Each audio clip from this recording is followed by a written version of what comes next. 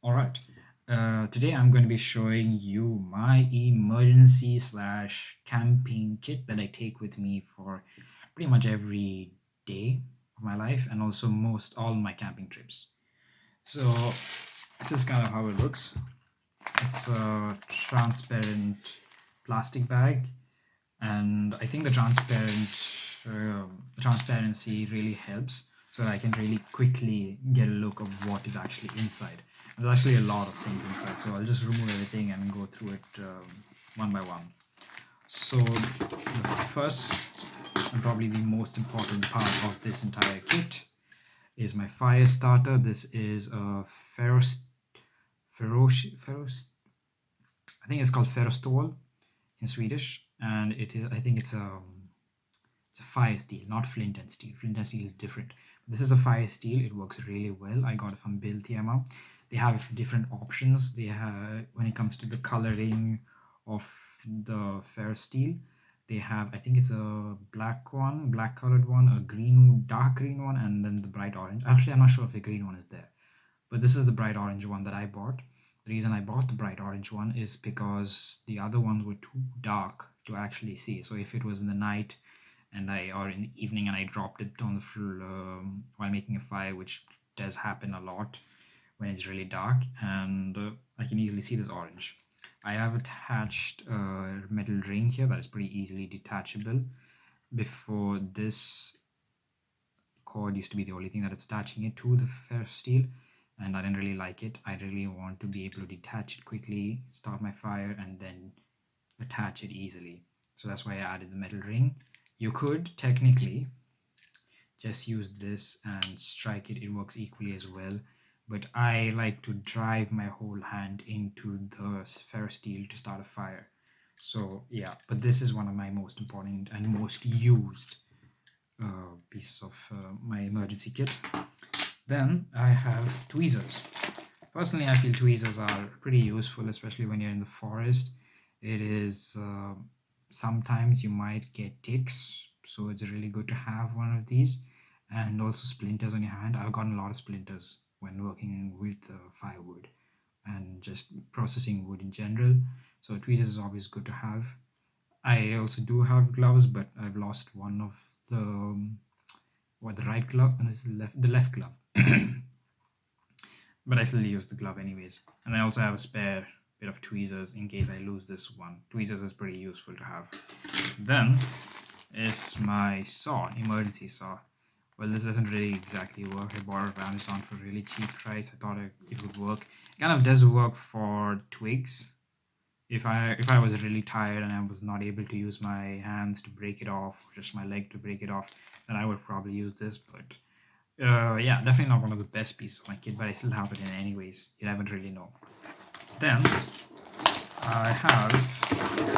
I'll just open it all up so it's a little easier to remove. Then I do have fishing line with a bit of bait over here and a few different types of hooks. I haven't used this. I don't really know how to fish yet, but let's say there's an emergency, you have to leave the forest to survive for a few days. Fishing line is always going to come in useful. And like worst case scenario, if I can't really use it to fish, if I don't know how to use it, the line is really long. So I can use that line to make a bait for smaller animals, rabbits, pheasants if possible. I do know a little bit about bait trap making, but not really enough to survive if I was to leave today. But then, yeah, that's my fishing. And oh, speaking of fires, what more or not happens is that once even though if you have a ferrous steel, you can't really use this on a bunch of twigs. You need something easily combustible, a tinder bundle, or no, not tinder bundle. Sometimes you need like cotton swabs. Cotton swabs has a lot of surface area, so that ignites really easily, and is my preferred the option of starting a fire. I have a lot of these that I just like crumple up and keep it in my kit. And honestly, the more the better. You just need one of these and you can easily start a fire.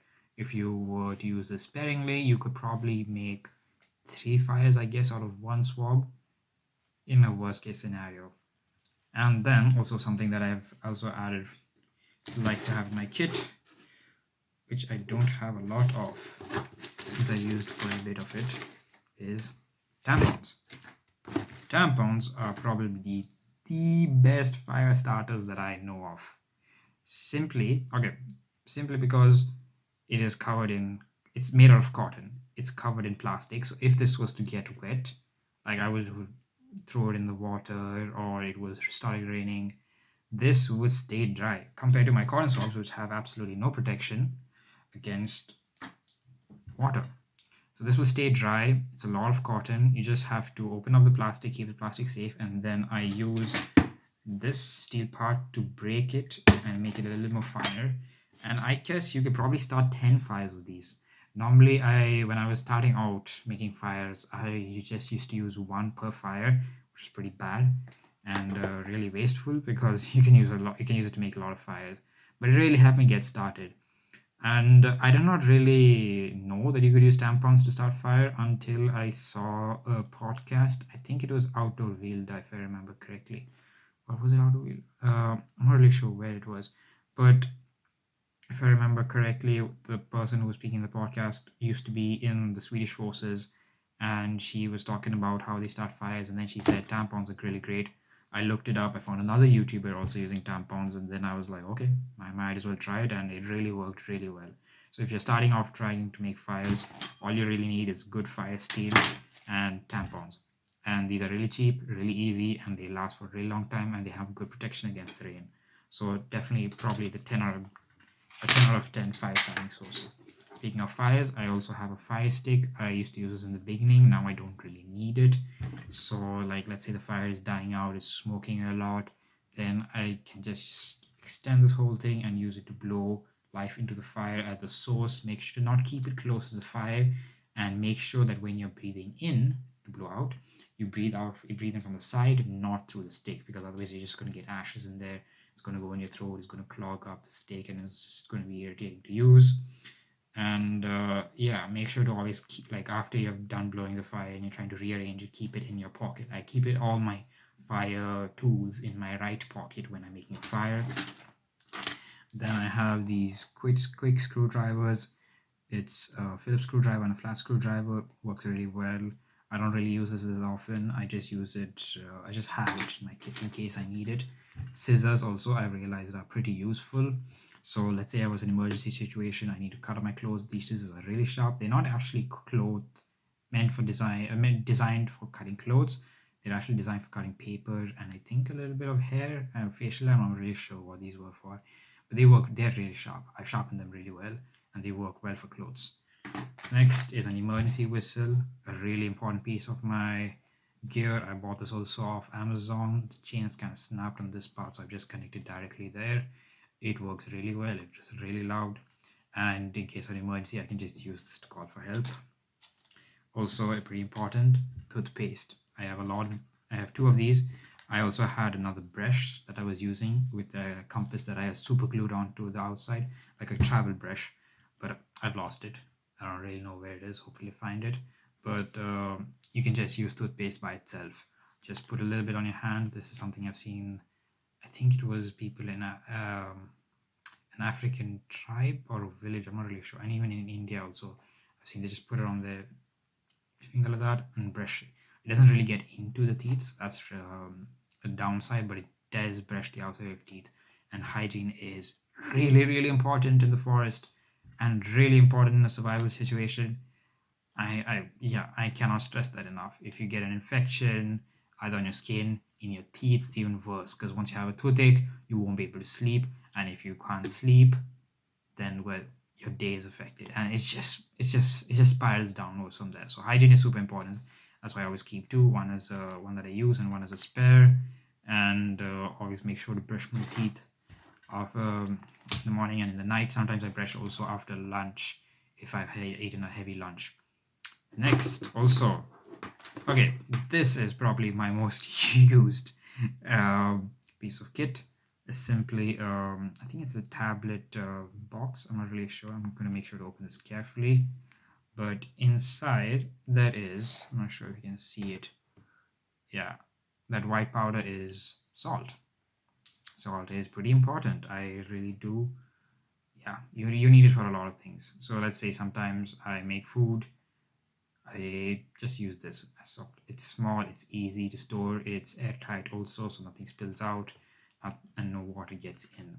So yeah, salt is pretty important. And also, let's say I was sick, I have a cough, I can always heat up water and put a little bit of salt in there and gargle with that, and that releases the phlegm, if I remember correctly, from the throat, so you get well better. So this can not only be used for seasoning food, but this can also be used for, well, gargling and just helping with the cough. Also, I do think that it leeches, if I remember correctly, blood sucking leeches. I'm not really sure about this, but I think you sprinkle salt on them to actually dry them up and remove them. I don't have any blood sucking leeches in Sweden, so that's great. I don't have to think, one less thing I have to think about. Alvedon or paracetamol. Sorry, this is paracetamol. I have 4 of these tablets. I have always another box that I carry with me, but this is for my emergency kit. Painkillers are really important because let's say I'm injured, I sprained my foot, or some injury has happened that is causing me pain. I can always count on these to temporarily remove the pain or decrease it a little bit so that I can focus on the task of either surviving, collecting water, collecting wood, and living another day. And it makes it a lot easier. This is really important. Then I also do have a flashlight with me. This has different lighting. I'll just show it. So this is the normal one. This is the brighter one, and this is the strobe effect, I guess, or flashing. I think I'm not sure if it's strobe or flashing, but whatever. I guess you can use this for an emergency, or I don't know if you're attacked by a bear. Okay, I don't know if it really works, but it's just a function that is there. The downside to this is that it does require AA batteries. So that's I do have 2 spare AA batteries with me in my bag separately for my kit, but if that would run out, yeah, it would be pretty bad. And I also have this one. This is a smaller flashlight. I don't really know where I got this. And then I also have the SOS signal over here. So 3 short, 3 long, 3 short. And then it's the kind of flashlight you just press like that and lights up. It's not really that strong, but in case this one doesn't work, I can always count on this one to work. So there's that. And I have also a cheap paracord that I bought, bracelet that I bought from Amazon with a carabiner hook and a keychain, yeah, a keychain thingy, whatever you call it, with also a compass. The compass is pretty important. I had the compass attached, a smaller compass attached to my toothbrush, my travel toothbrush, which is also sadly lost. So this is pretty useful since you can just use the cord. Paracord is super useful in the forest when you're camping or in a survival situation. It's always good to have a lot of it. And if you don't have it, you can always make it, and that's a whole other story. And that's something that I'm experimenting in. I'm not really good at it. And yeah, compass is really good to have since you can just do the directions. I always have an offline map downloaded on my phone of the area that I'm traveling, and also if possible a physical map of the area that I'm traveling in. And then like the few nights before, I always memorize the route, find okay, where's the closest water source in case I run out, where's the closest grill place in case I need to make a fire or need to make food. And I memorize this in advance. I have my online map, offline map, and then in case everything does not work, like I'm not able to go online to actually find my location or I'm lost, compass always helps. Okay, this is the most recent addition to my kit. This is jute rope that I have braided and just tied up like this. This can also work as a fire starter, similar to how the cotton swabs work and the tampons work, but mostly I use this as a tinder bundle since I've started using charred cloth and flint and steel to make fires. Making a tinder bundle in the forest is, at least in the Swedish forest here, is a pain. It's really hard, the places that I go to. So then I always keep a jute rope with me. I can use this either as a rope in of itself to tie up something, and it's pretty long if you unbraid it. It is really, really long. And or I can just use it to start a fire. It works the same way as cotton swabs, but it works really well with char cloth and flint and steel. Then, last but not least, emergency blanket. This is a pretty big one. I think it's only one of it. It reflects 90% of the body heat, windproof, waterproof. You can use it as a blanket, shelter, signal, reflecting, light, or radar. Yeah, the options on this is pretty much limitless. So I really do like to have it. I haven't had to use it yet, thank goodness, but it is something that I have nonetheless on my kit. Now I am currently missing that aluminum foil. I guess you could totally use it the same way as an emergency blanket, though an emergency blanket is best. This one is a little more stiffer. This is a huge piece of aluminum foil that I've folded down. I think it's about this big. And the reason I have aluminum foil is, this is heavy duty aluminum foil for grilling and cooking. It's not the usual one. So the reason why I have this is simply because aluminum foil is the lightest and best option for cooking on the fire. You don't have to carry any vessels. If you just have aluminum foil, you can shape it into a cup that you can use to cook. If you don't keep it close to the heat, I mean, kind of close to the coals, but not close on direct fire. I'm not sure if aluminum foil actually melts. I think it kind of tears apart if I remember correctly. But it works really well. It is amazing. So most of the time when I come with my camping gear, like I have a cup which I got from IKEA. I will show that later. I use this to cover the cup since it doesn't have any cover for it to boil much more faster. Sometimes when I'm cooking pizza, I cover the whole pizza with this. Well, not this piece of aluminum foil, but yeah, pieces of the aluminum foil that I get, similar type. I use it for cooking. Yeah, you can just use it to cook anything, honestly. You can cover sweet potatoes in it, throw it in the coals, forget about it, and then take it out, and then you can reuse the aluminum foil. That's what's the great part of it. You can reuse it if you use it correctly. If it's any fatty foods or something that's oily, then it makes it a little bit much more harder. But for the most part, aluminum foil can be reused. You can use it. It's pretty bright, so you can use it as a mirror to reflect light. You can use it for cooking. You can use it probably for making a makeshift cup or a makeshift vessel. You can use it, and you can also keep coals on this. That's pretty good. So maybe if I was to carry coal from one place to another, or I'm trying to carry fire and I don't have a polypore mushroom or a chaga, I think you can store it in polypore if I remember correctly. Then I can always use this to kind of carry it without hurting myself. Or this is also an interesting thing I never thought about. Maybe I can create like a kind of like a cup. I put the coals in there and I kind of keep it close to my body so I could use it as a heat source. I don't know if that's true. I don't know if that's possible, but definitely something to think about. The purpose for a lot of the things in my kit is that it has to have fulfill a purpose or a need that I have in the forest, in the situation that I am, and also be able to be used for other things. So like similar with the aluminum foil, it's just a piece of aluminum foil, heavy duty. It can be used for so many things.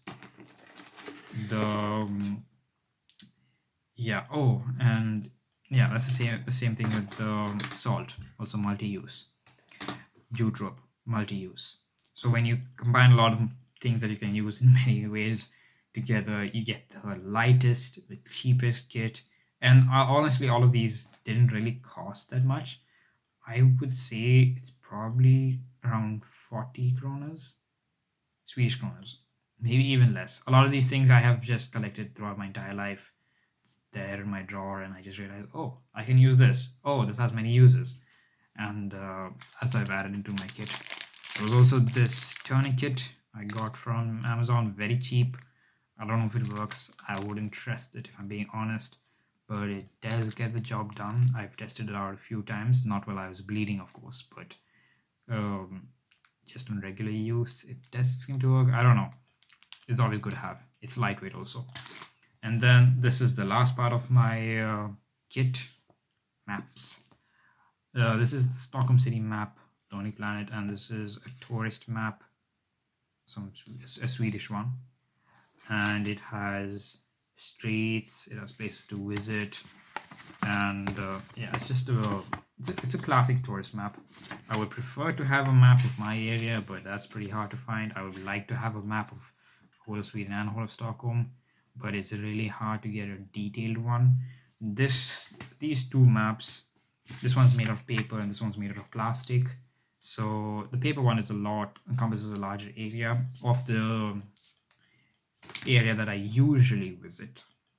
Not really often though nowadays, but yeah, it has pretty much everything that I need to know. So if I need to get from point A to point B, Google Maps not working, my phone's down, and people are in panic, so I can't really ask them, I can use the map to get from point A to point B pretty quickly. If it's raining, I can always use the plastic map. And I don't really know where I got these tourist maps from. I don't know. I think they were just lying around somewhere in the city and I just picked it up. But yeah, it's better to have something than nothing. Also, speaking of multi-use, is that these paper and plastics maps can be used to fan fire if I need it. If let's say I've dropped my fire steel, normally I use my fire steel to build a fire up. I can just use paper or plastic to just take it out, fan the fire, and bring it up a little bit. So that is my emergency kit. Reason also why I have a plastic that is see-through is plastic is kind of waterproof. It's not fully waterproof. Water has gone in here several times. I normally have another plastic bag that I keep like this. That helps me. It's see-through. I can see everything I need. I can see everything where it is. I'm considering getting a bigger bag, but so far I haven't found any good bags that I can see through. And that is also stiff. If it is a bag that is kind of flexible, kind of like how you have the fruit bags, I don't know if I would trust this since it kind of like moves around a lot and I don't want the things in my kit to move around a lot. So yeah, there are a few things that are missing, like my brush, also knives. I've seen a lot of people have mini knives in their kits. I should get one. I haven't gotten a good one yet. But scissors work as a sharp object for me currently. I don't use it for on like branches or trees or anything. I just use it whenever I need it. I do have a bushcraft knife that I bought a while back. I think this is a BSH for Dusk. Pretty expensive with the lanyard and the casing. And it also has a extra fire steel. I don't like it. Simply because it's quite a pain to use and a headache to have. A lot of the situations that I go camping in are pretty extreme, and more often than not, it's wet, a lot of rain. It's really dark, and sometimes also I've gone camping and I've turned sick. Actually, really enough, I've never actually really gone camping where I have been in good health and the weather has been good conditions. When I was sick, also, it was really hot. Like, I think it was a record high in Sweden. So, yeah, probably should go camping in a good conditions. Anyways, yeah, this knife does not perform the task that I need to do. So, I do have a pocket knife with me. I don't use, not a pocket knife, I think it's a Swiss knife. But most of the time when I go camping, I just use the rocks, sharp rocks that I find in the area that are good enough to get the task done. Or sometimes now I have started collecting flint. I found a nice place to find flint in, and these are not my big pieces, but and I have a big sharp piece that I'm trying to nap into a stone knife. I prefer flint a lot. I think flint is definitely better than steel. It's harder than steel. It's not sharper than steel, but it lasts really well. And it's kind of hard and nice to get your hands in the stone and in the mud to get basically getting your hands dirty to complete a task. Because the difference between it's really nice to get your hands dirty to accomplish a task. since it helps prepare you for a situation where you don't have your knife. So yeah, I don't have a knife with me, though it would be nice to have a good one. I haven't found any sharp ones that meet my standards yet. I also do carry a few other things, like have an emergency stitching set with buttons and thread that I can use for maybe fishing, or like I think you can also technically use it for open wounds, though I'm not an expert in that. So I have paracord with me. I always carry a handkerchief that I can use for, like, I can either wet it, or I cover my nose if there's a gas attack or there's a lot of smoke, or I can also cover it in water, place it over my head if I have a fever, or if I'm coughing, I can use it to cough. And then you can also, like, unfold it, use it as a signal. So many things for a handkerchief, just so many things. It's limitless.